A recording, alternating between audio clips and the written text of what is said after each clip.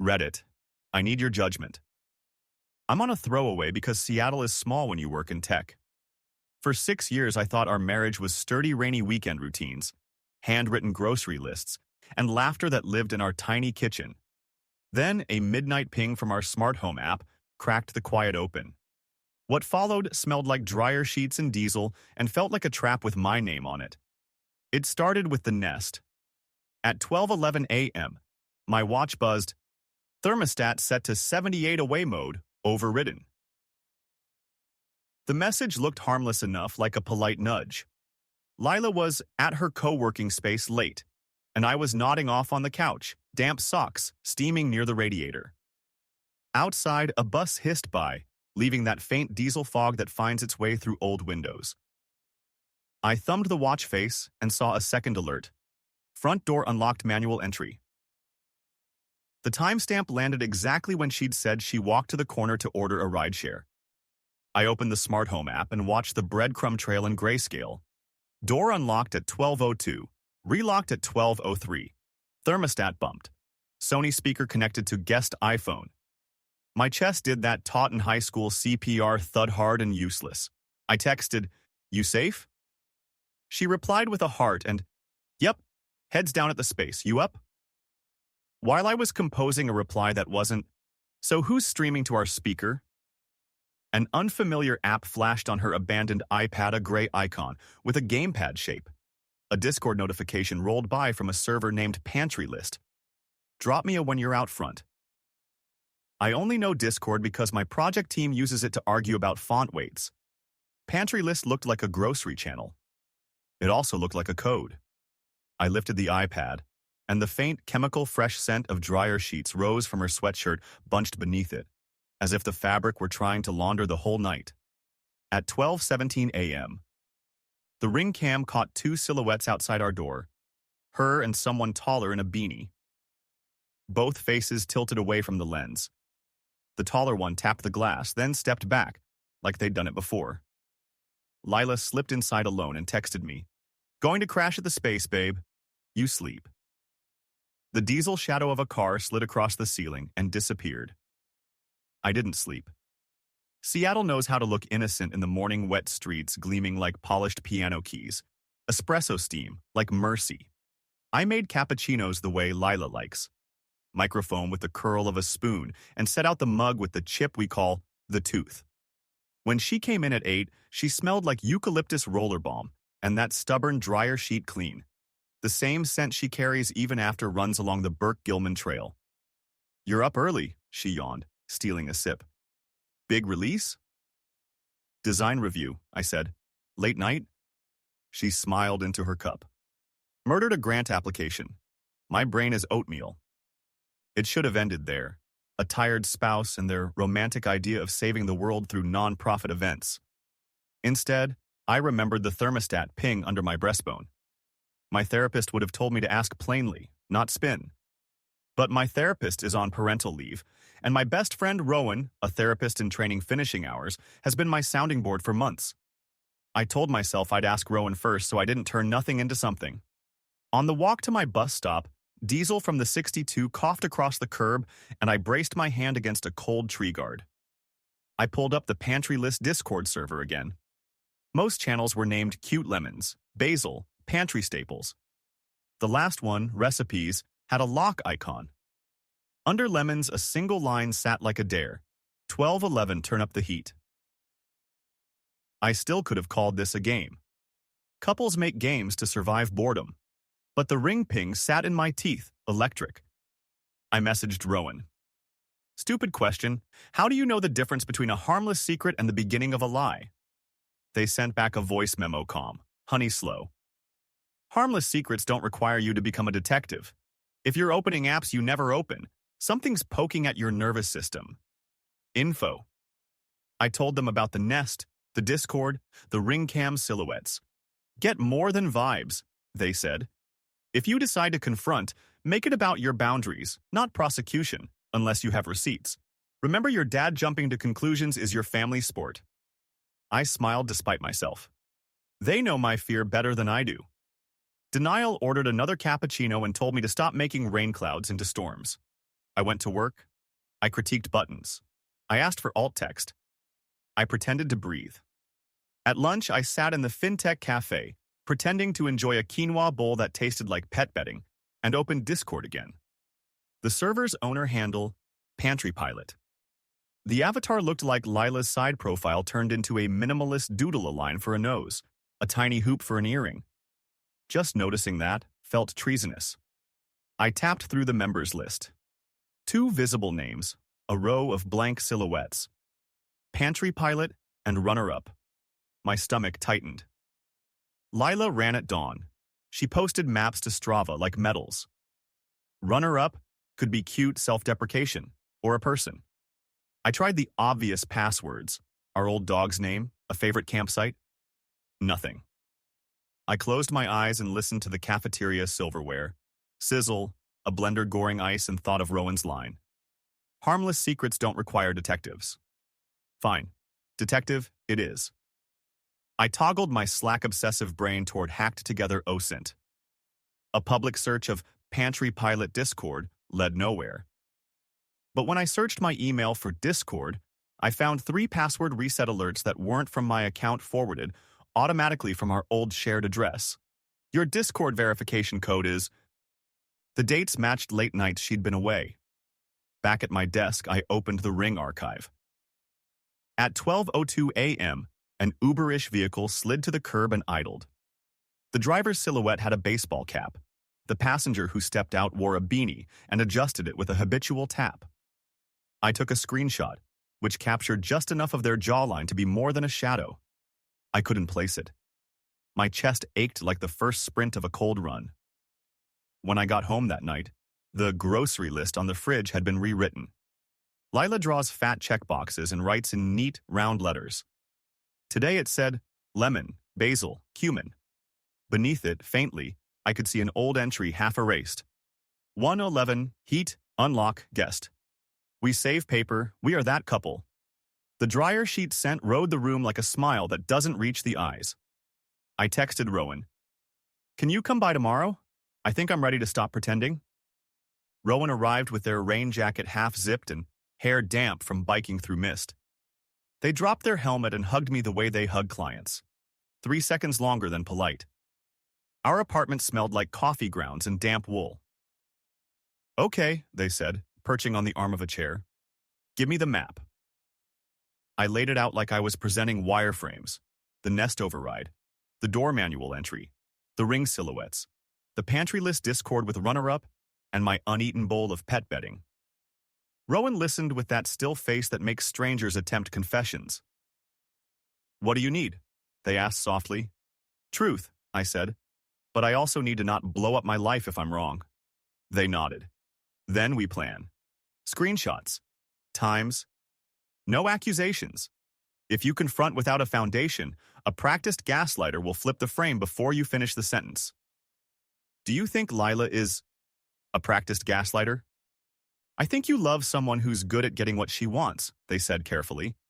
And you often do the work of self-doubt for other people. They suggested a small boundary test. Text her during one of the pantry times with a specific but false ask. See if her story bends. For example, can you grab the cumin at QFC on 45th? If she says already there, but the nest says your door open, you've caught a seam. I laughed despite nausea. Spycraft 101. Rowan smiled sadly. Protective Partner 101. As we talked, their phone buzzed twice on the coffee table. I wasn't looking. I only noticed the second buzz because of the faint, telltale ghost of diesel that drifted through the window right then. A bus exhaling, my city's heartbeat. Rowan flipped the phone over with a practiced flick. The lock screen showed a banner. Pantry Lemons 1240, okay? It registered and didn't. I told myself my eyes were misreading. Rowan had helped name the Discord in my head. Of course, their brain would generate pantry metaphors. I said nothing. They left me with a to-do list. No drinking tonight. Eat real food. Sleep. Tomorrow you collect. Then you decide. I tried to sleep. The dryer sheet scent on Lila's side of the bed felt like a hotel that calls itself boutique because it hung Edison bulbs. The next day, Lila texted at 6:30 p.m. Co-working till late. Grant deadline. Don't wait up.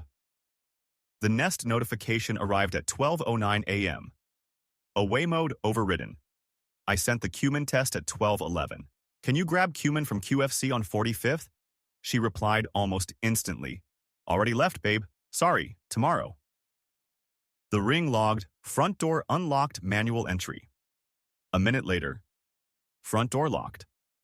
I checked our credit card app. A small charge posted live, 18:00 at the bar inside the Haywood, a boutique hotel 3 blocks from her space. The app loads logos. Haywood's little cursive H looked like a flourish on a confession. I took a car share to the Haywood because walking would take 10 minutes, and I was afraid the courage would leak out by block 6. The lobby smelled like elevator brass and orange peel. The night manager wore a tie tied by someone else. He looked 22 and untested. I think my wife left her scarf, I said, lying like a man who's practiced not lying. Gray, cashmere. We were at the bar. He flipped through his ledger. Name? Lila Haynes. The surname stuck to my teeth. He scanned the register and smiled in that service industry way that says, you aren't the first man to ask about a scarf. If she was at the bar, they can print you a receipt for the time. Might help you find when. At the bar, a bartender with a sleeve of peonies handed me a receipt with our last 4 digits and the time of the charge. Congrats on the move-in, she said without looking up. The what? I asked. Sorry, I always assume when I see 2 keycards together. Habits. Keycards? New guest, she said. Forget I said anything. I stepped outside and dialed Rowan. I have receipts, I said. Also, a stranger congratulated me on a move-in. Rowan exhaled into the line. Come home, we'll print what you have. We'll plan your words. Don't walk into an ambush. On the sidewalk, a truck idled, diesel humming like a threat. My legs felt hollow. Back home, I forwarded the Nest and ring logs, the Discord screenshots, the bar receipt to my email with a subject line that looked ridiculous. Proof. Rowan made tea, always peppermint, and we worked in a quiet that wasn't safe, exactly, but was structured. You say, I know you were at the Haywood. I know you were in our apartment last night. I'm asking for honesty and for you to move out while we figure out what we are, Rowan coached. Short sentences. Don't litigate. Let the paper speak. I rehearsed. They nodded. Their phone buzzed again. They didn't look at it. Lila came in just before dawn, cheeks high with windburn, ponytail frayed by drizzle. She beamed when she saw Rowan. You're here. Do we have a surprise visitor? And kissed my cheek. Dryer sheets and eucalyptus. Her hands shook slightly as she set her tote down. I put the receipts and screenshots on the table. I know you were at the Haywood, I said carefully. I know you overrode the Nest and came in with someone. I have the bar charge and the ring. I'm asking you to be honest and to move out while we figure out next steps. She didn't look at the paper. She looked at Rowan with soft panic. He's doing it again, she said, voice breaking like a veteran of this particular scene. He spirals. He makes patterns out of noise. Rowan, please. She turned to me. Babe, I told you. I was at the space. The Haywood bar is attached. We went for a nightcap. I asked a rideshare to drop me, grabbed my things, came back. This is becoming controlling. Rowan's face moved through 3 expressions. Concern, neutrality, something like decision. Armin, they said quietly, I'm worried about the way you're interpreting information. You haven't been sleeping. You've been catastrophizing. This could be anxiety talking. The room tilted. I'm not hallucinating credit card charges, I said. I kept my voice even. Lila's tears arrived on cue. I love you, she said, stepping closer. Nothing is happening. You're making me feel unsafe with your accusations. I caught the last phrase like a splinter, making me feel unsafe, and felt it plant under my skin, ready to grow into something filed in a court. Rowan stood between us like a referee. Let's all take space, they said, palm up. Lila can stay here. Armin, you can go to my place for a few nights. You want me to leave my own apartment? I asked, incredulous. Rowan kept their voice butter soft. just until the temperature comes down. I looked from Rowan to Lila, and the diesel in my chest finally flamed into something simple. I was being maneuvered. Okay, I said. I'll pack a bag. But first, one more thing. I walked into the bedroom and shut the door, hands shaking as I dug through Lila's tote keys, a book of grant samples, a spare pair of socks, and a second phone I had never seen. Slim, black case. No stickers, no charm. The lock screen lit up to a message from a runner-up on Discord. He'll believe it. Leave the scarf on the chair. 1211 heat again? I took a photo so fast I almost dropped my own phone. I opened the message thread. It ran back weeks. Voice notes about collecting episodes, about setting the narrative, about Rowan will anchor him when he spirals. A photo of my ring cam angle from outside, like a scout's notes. And then the thing that burned away any lingering denial. The beanie jawline from the video, full face this time. Rowan smirking at the lobby mirror, captioned, "Cameras down the hallway, hold left." I walked back to the kitchen carrying the phone very gently, like a bomb. I set it on the table between the peppermint tea and the stack of proof. The screen lit up to another message. "Pantry pilot, you good?" The sender photo was Rowan's. The room changed temperature. Lila went still, then lunged for the phone. I palmed it, stepped back, and kept my voice level. "Rowan and Lila," I said, "you've been using Discord to coordinate entries into our apartment, to create logs that make me look controlling, and to plan a narrative where I leave voluntarily because I'm spiraling. You wanted me on record as anxious so you could claim unsafe." Rowan took a single breath and then did what I didn't expect. They confessed and tried to make it noble. "Armin," they said softly. "She came to me scared. You get trapped in loops. I wanted to protect her. Sometimes partners who mean well can still be dangerous. We were just documenting." "Documenting what you manufactured," I said. Lila's tears turned angry. "You're twisting," she snapped. "You snoop, you spy, you turn our home into a lab. This is what you do, make evidence out of vibes." I thumbed open the Discord again. "Is this a vibe?" I asked, reading aloud. "Leave the scarf on the chair. 1211 heat Rowan will anchor him." Silence. "Here's what happens now," I said. "I'm not leaving. You are, and I'm going to talk to a lawyer." From the street, a bus sighed, diesel whispering like agreement through double-paned glass. My attorney is not dramatic. She speaks in sentences like, "We prefer daylight." She told me to gather everything with timestamps and to invite Lila to a public place to discuss separation. "Have a neutral witness," she said. "And a written ask." She moves out while we process a legal separation, and neither of you alters the apartment systems or tells third parties you feel unsafe without documentation. We met at a cafe that smells like burnt sugar and roaster smoke. I chose a two-top near the window where people line up for espresso and where I know the barista who lives upstairs. He gave me a quiet nod that translated to, "I'm here." Lila arrived with a scarf she never wears indoors, and the second phone not in her hand but in her bag. Rowan walked in 2 minutes later, sat without asking, and folded their hands like pennants. "I asked you here so we can agree in daylight," I said. "No surprises. Lila, I'm asking you to move out for 30 days. We'll split the rent. We'll divide accounts. We'll freeze the Nest admin access until we have terms."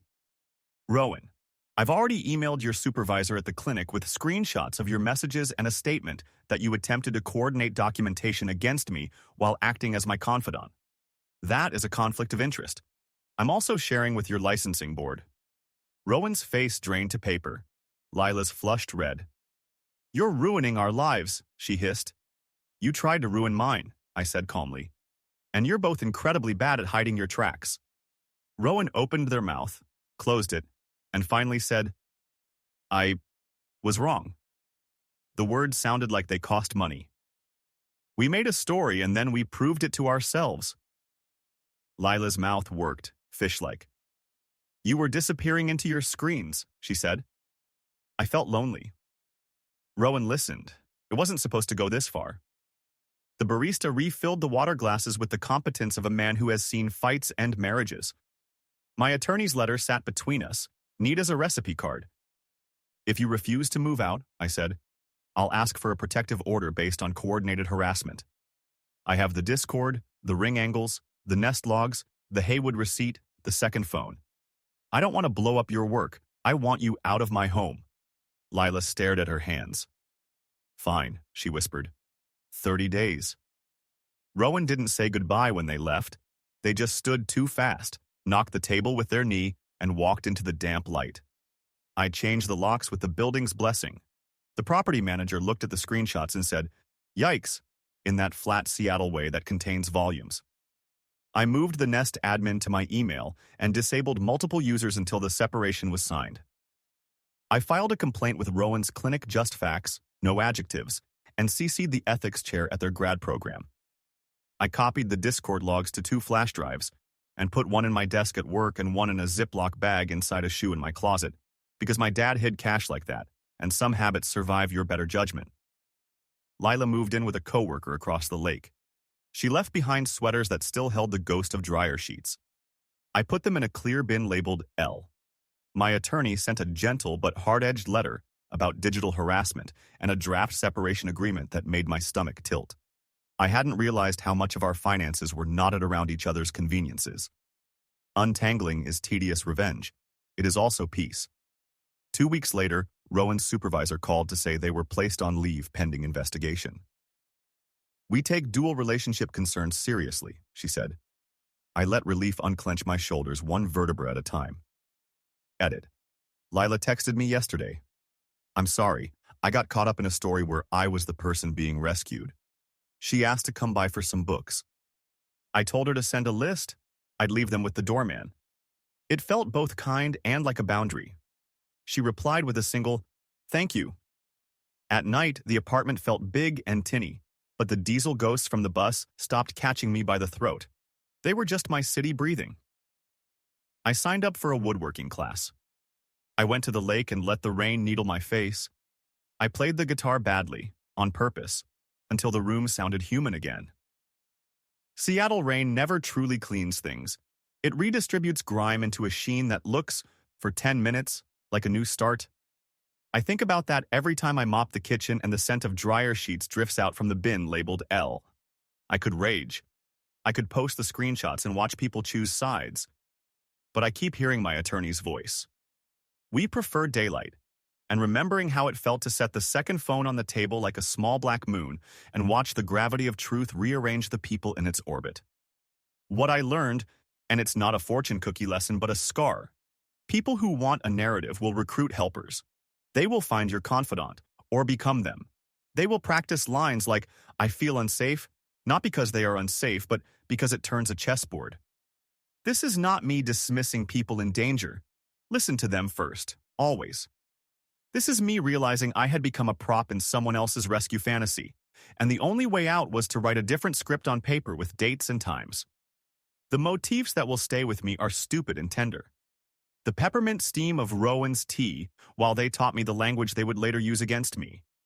The elevator brass polish in the Haywood lobby. The way diesel hangs low after a bus pants past. The cling of dryer sheets in a sweater drawer you forgot to empty before you moved a box of your whole life. I don't know whether Lila loved me and then got lost, or whether she loved what I offered, stability, the gentle shadow of a life that looked good on an about page. I do know that love doesn't require secret servers named Pantry List, or heat turned up to 78 at 12:11 a.m. to mark rendezvous. Love doesn't need a therapist friend to anchor the narrative. I'm walking more. I learned the names of 3 neighbors' dogs. I FaceTimed my dad and told him I finally used the shoe trick for something other than cash. He laughed the kind of laugh that sounds like a cough and said, "Proud of you." I deleted my access to the old shared email so I can stop being the custodian of ghosts. I'm learning to live without narrating evidence to myself. If you're someone whose thermostat just pinged at an hour that makes your stomach drop, collect facts. Write them down. Share them with someone who is not in the splash zone of your life. Prefer daylight. If your confidant starts anchoring the other person in the room, believe what the mirror is showing you, even if you wish it were kinder. I thought the diesel and dryer sheets would be forever triggers. They're not. Some mornings I can stand by the window when the bus exhales and think only about schedules. Some afternoons I can switch laundry brands and laugh at myself for sniffing a sweater like a detective. The story Lila and Rowan tried to write ends with me leaving my apartment to keep them comfortable. The one I chose ends with me here, under this damp Seattle sky, making spaghetti in a saucepan we bought with a wedding registry that, for all its promises, did give me this. The knowledge that I can make my own food, wash my own plates, and decide which heat in my home is mine to turn up.